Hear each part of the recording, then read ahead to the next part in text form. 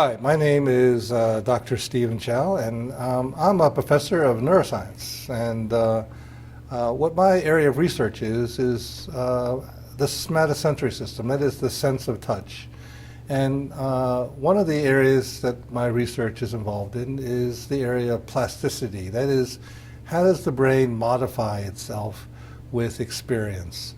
And so that is exactly what we're talking about here when we talk about learning. Learning is a kind of plasticity where the brain has to modify its neural circuits, its neural connections, and modify it in a way that enhances learning. Okay? So understanding the mechanisms of plasticity is directly tied to the mechanisms of learning.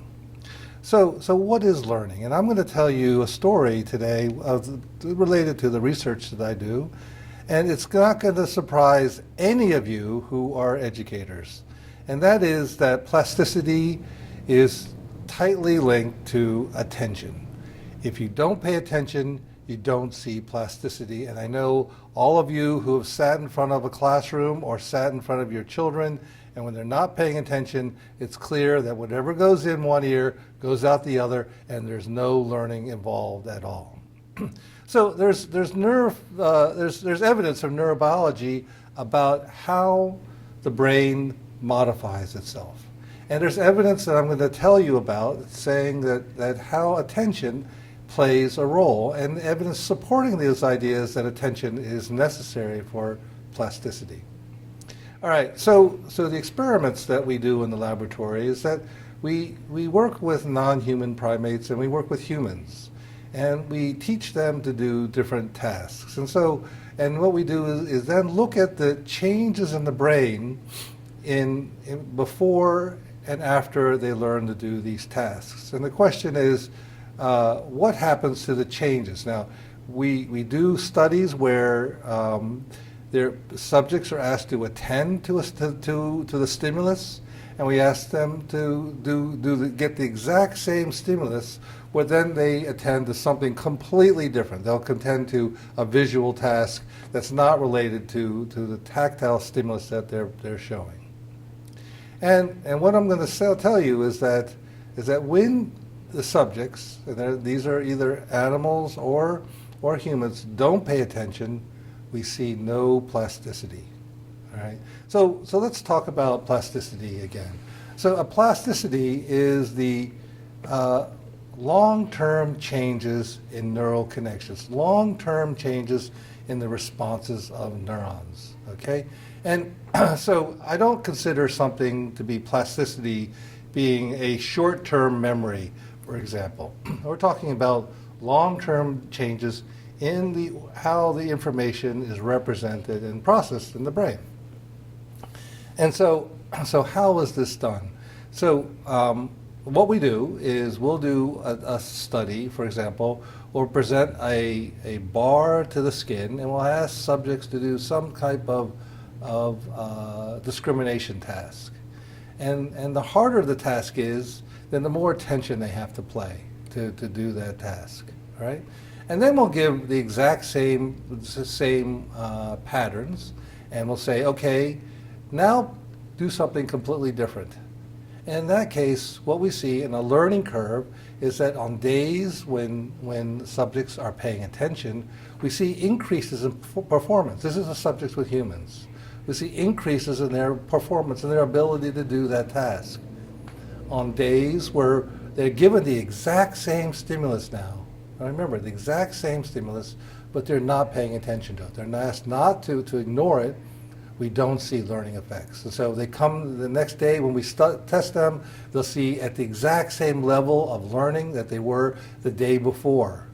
And we can alternate those type of experiments, and you can see really clearly that learning, that paying attention, plays a key role in the learning effect. All right, so what are the experimental data in the brain that supports this? So if you look at neurons in what's called the primary somatosensory cortex, that is the area of the brain that first receives information from the skin and the hands and the body. It's the area of the brain that processes the body information. And so I don't know how much you know about the brain, but the brain is specialized in that way, where there's some areas that are involved in touch, and some areas involved in vision, and some areas involved in audition. So since my research is on touch, this is the area that I'm studying. All right, so what we do is we will take a microelectrode. A microelectrode is a thin wire, and we push it into the brain, and we record the activity of a single neuron that's in the somatosensory cortex. And we will target those neurons that have their receptive fields. That is the area on the skin that the neuron responds to. We want to target neurons that respond to input from the hand. All right? So now we have an electrode. I'm using my hands, okay? Sticking in the brain, and and we're stimulating the finger here, and we stimulate here, and we get activity from that neuron. And now if you do that study, what you find is that neurons in this what's called the primary somatosensory cortex, the one area there, have very small receptive fields. The receptive fields that are confined to a single finger pad. Now, what we then do is then we train the animal to do a task where it has to discriminate a stimulus that's contacting two fingers.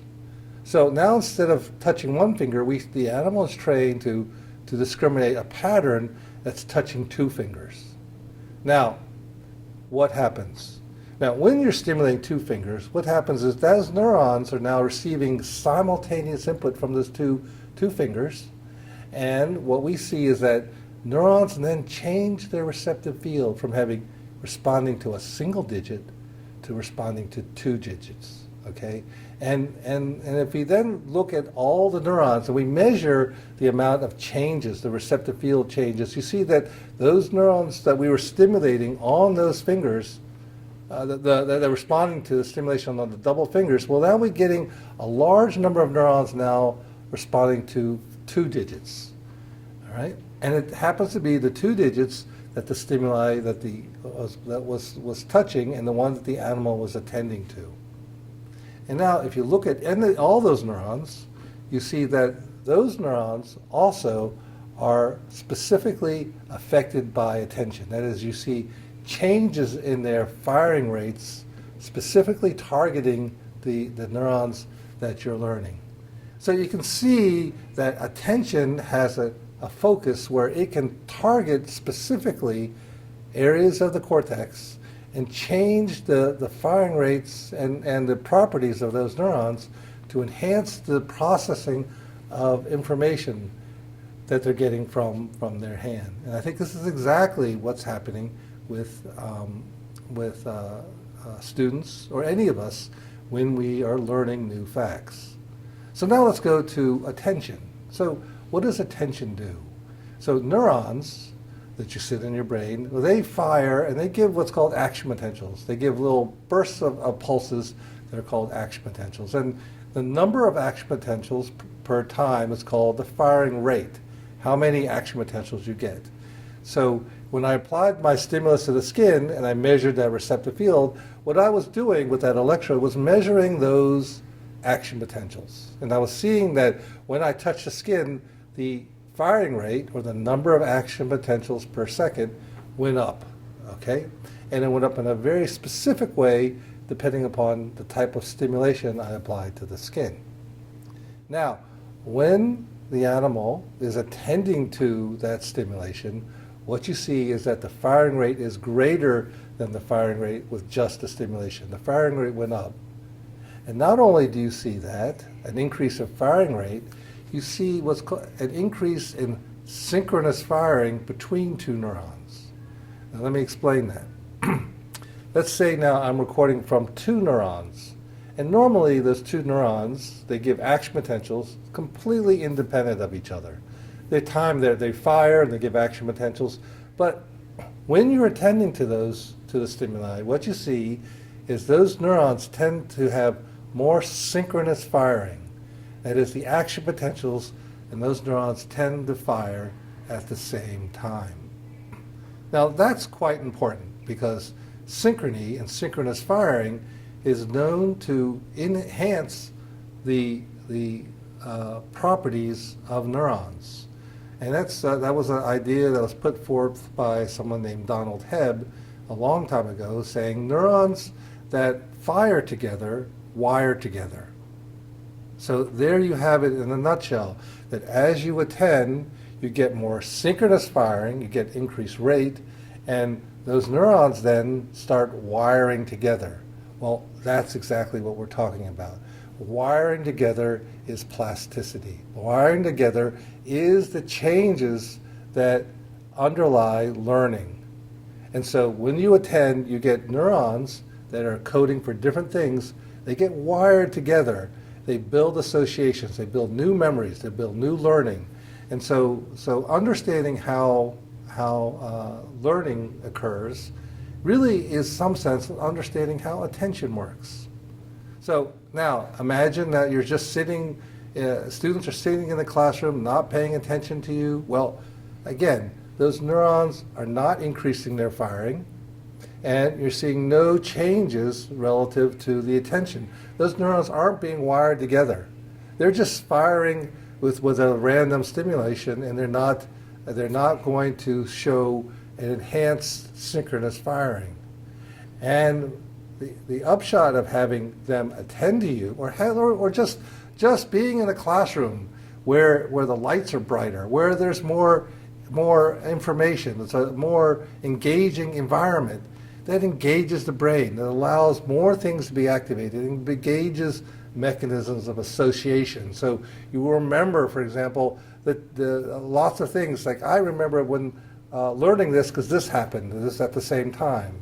And those things get wired together, and that builds up the memories and learning that you need for plasticity.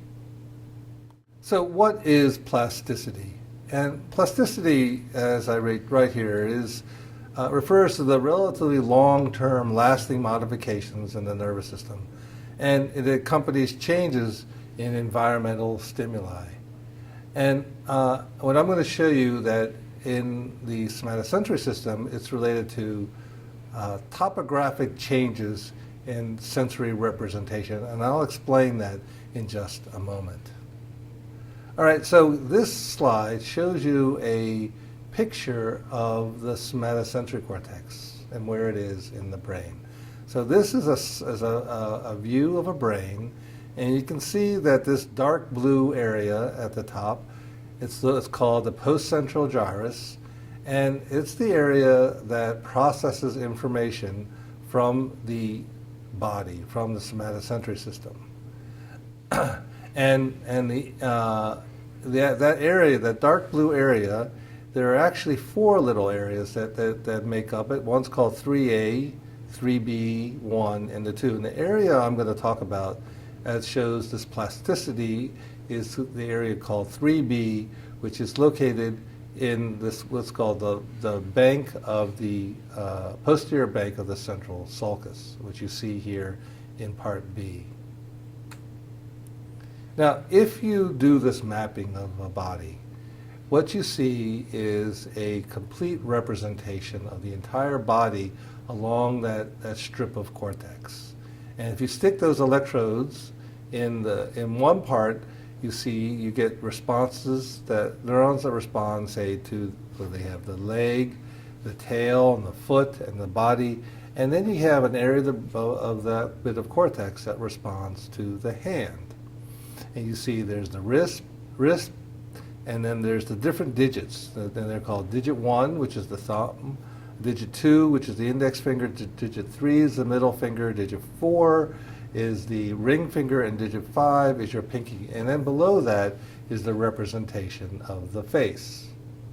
Now I want to show this area I call 3B and 1, and show you that how this body maps are done. So now, if I take that electrode that I was telling you about, and I push it into the brain at this position 1 in the slide to the right, you can see that its receptive field, which is marked by this little open circle of that number 1, is on the distal pad of digit 3. And as you move the electrode, that is, pull the electrode out and reinsert it and slowly move the electrode and record across this bit of cortex, you see that the receptive fields move from digit 1, from digit 3, they move down the finger, and then they move back out the finger.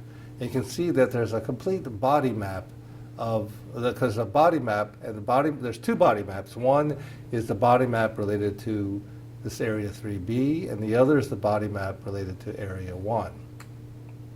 Now, what is the effect of learning and plasticity on these body maps? And so before I do that, let me show you this data showing you that this area, which I call the somatosensory cortex, it changes with experience. So this is a study that was done long ago on violin players. And what they did is they looked at the size of the area in that map that responds to the hand. And what you can see in this figure here is that the area of that represents the hand is bigger for violin players. And you can see that it depends upon when they began playing music. So if they started early, then the area was larger, and you can see here that control subjects, the area is very small. That is, the area of the brain increases in size depending upon learning and experience. Now, here's a study that we did, that we didn't do, that was done in an animal. And now, what you're seeing now are areas of the brain that are responding to the hand.